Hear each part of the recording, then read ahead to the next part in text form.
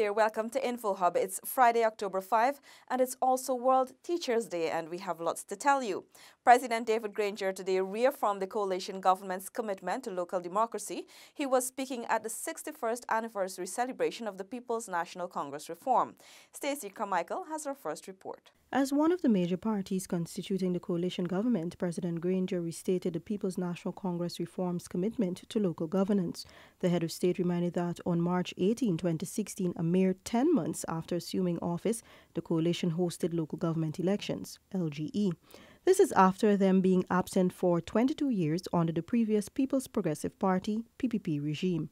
Our party's commitment to the conduct of regular local government elections reflects our obligation to promote democratic renewal and community development, where they count first and most, at the grassroots. Our commitment is a manifestation of our party's resolve to empower citizens to take control of their communities. Guyanese will head to the polls on November 12 to vote in the LGE. The president said this will be a significant day since it is the first time in decades that elections are being held when constitutionally due. The establishment of new towns, neighborhoods, and the Local Government Commission, President Granger said, signifies government's commitment to reinforcing local democracy. And most of all, we have abolished the obnoxious interim management committees invented by the PPP regime. We have done so to protect democratic organs from central government interference and abuse. Comrades, we recall how former PPP local government ministers employed a haughty and high-handed approach by removing neighborhood democratic councils and municipalities and installing interim management committees without even bothering to consult the local residents. The president assured that this will never be the case under the coalition administration, emphasizing the right of citizens to elect their community leaders. For InfoHub, Stacey Carmichael. With 37 days to local government elections, LGE, the Ghana Elections Commission, GECOM, is set to launch its voter education program next week. More from Paul McAdam. Public Relations Officer for the Ghana Elections Commission, Yolanda Ward, says the Elections Management Agency's voter education program will place emphasis on electors. We have since started our program as it relates to the voter education aspect over the last 3 weeks or so. We've had a weekly local government elections in U Corner in the newspapers. It's a weekly publication, and we have also been in the process of disseminating a number of flyers. Our video element, or audio visual element, will commence next week, focusing primarily on the voter education aspect, rights and responsibilities, eligibility, the voting process, and all that is required for the elector to be aware of as it relates to participating in the local government elections process. GECOM has identified the company to commence work on its social media education awareness platform.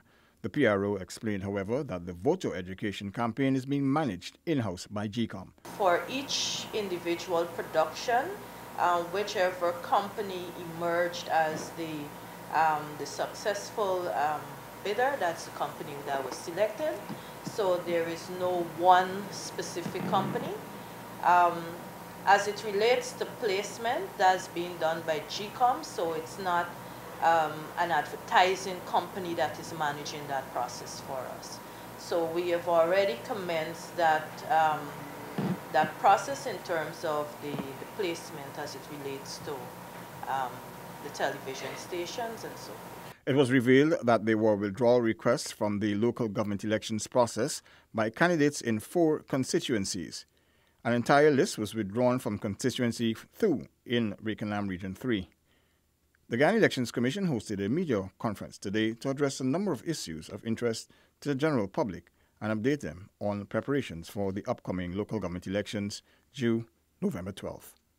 Paul McAdam for InfoHub. Finance Minister Winston Jordan is reassuring that all outstanding payments to redundant sugar workers will be made before the end of the year. Paul joins us again. The finance minister dismissed claims from some quarters that the government reneged on its promise to pay severance to redundant sugar workers. The opposition wants to whip up some hysteria in the country and destabilize the country, and it's for the other institutions to deal with that.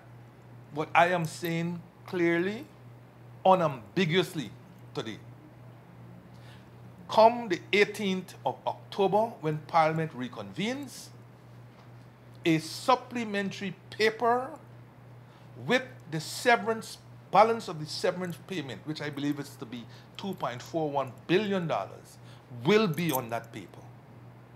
And the next part, my understanding is, after the 18th, is the 31st of October. At that time, we will be debating the supplementary paper.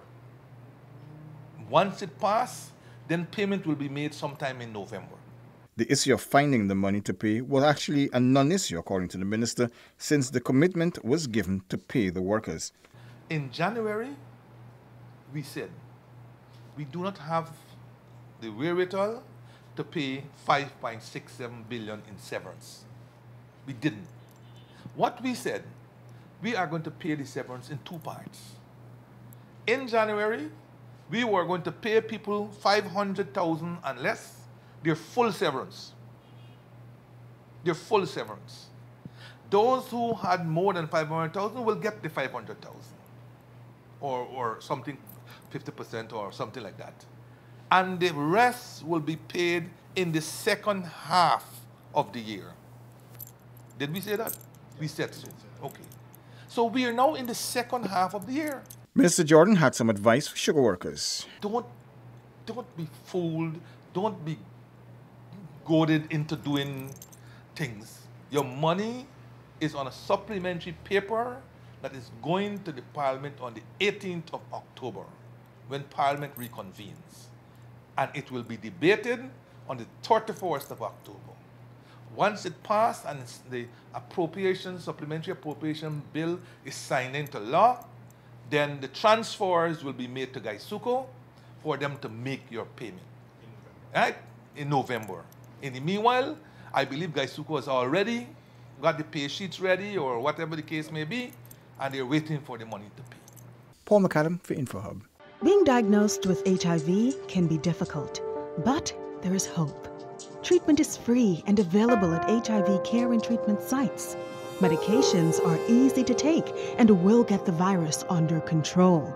It is important to know the names and not just the color of medications. NGOs have workers available to help you learn about the pills. Talk to your health worker about your treatment program. Welcome back. Minister of Citizenship Winston Felix has announced that by the end of 2019, residents of Regions 2, 7, and 9 will have the comfort of passport offices in their regions. Isaiah Braffett reports. Minister Felix said the establishment of the passport office is in keeping with the government's vision to decentralize vital public services. Minister Felix on Thursday visited a plot of land that was identified in Anna Regina Region 2 for the construction of a passport office. It will cut out the unnecessary traveling to Georgetown to acquire a passport. It would bring the service to Essequibians and thereby reduce the time they have to wait, as well as the cost involved in traveling will be reduced. The minister said residents will be receiving the same quality of service from the passport offices as is offered in Georgetown. Only recently, 2 passport offices were established in Linden and New Amsterdam and are serving residents well since they no longer have to travel to the city to transact such business. Isaiah Braffett for InfoHub. Today is National Tree Day. This year, it is being celebrated under the theme, Trees, Good for the Community, Great for the Country. Agriculture Minister Noel Holder, along with other ministers of government, visited the Agriculture Research Station at Ibini Region 10 and planted trees in observance of the day. Citizens are being urged to plant a tree and join in the efforts to help make Guyana a green economy. There's no overstating the vital role a teacher can play in an individual's life. Teachers are influential by nature and often take advantage of opportunities to teach life lessons when they present themselves. As we celebrate World Teachers Day, these are the stories of some teachers who are making a difference. Deputy Head Teacher of Hope Secondary School Miranda Sobers stalled after serving 19 years in the profession. The mother of one explained that her ability to contribute to a better tomorrow for her country is what has kept her in the profession over the years. I truly believe it's the fact that I can impact children's lives and help to mold our tomorrow, because the children today are our future.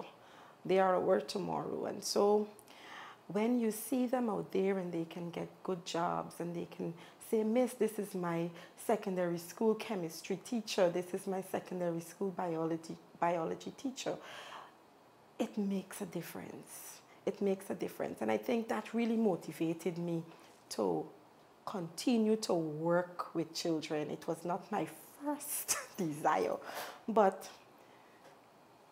I love it. Also embracing her passion for the art of educating the minds of tomorrow is graduate senior teacher at the New Campbellville Secondary School, Latoya Burroughs Duke, who has served 17 years to date in the profession. Like every profession or job, you know, you have your challenges, but the feeling you get is one that you really can't explain. When you go to business places, the children you would have taught, seeing them being productive members of society is just really good. It's like, you would have contributed to that in some aspect, and it makes you feel good because you actually did make an impact on somebody's life. Elizabeth Williams Niles, attached to the Bishop's High School, said that she became a teacher by default, but never looked back. I didn't want to stay into teaching. I would say this was just a stepping stone to get some money so that I can do my law thing and, go on to become a lawyer, because, being a lawyer, you're going to be able to make the money and so forth. But going to Queen's College in those days, it really transformed my life. For InfoHub, Stacey Carmichael. Remember to reduce your risk of cancer, exercise daily. That's all for this evening. Do have a great weekend. Connect with us on WhatsApp, social media, and our website at dpi.gov.gy. We leave you with your bridge and weather reports. Goodbye.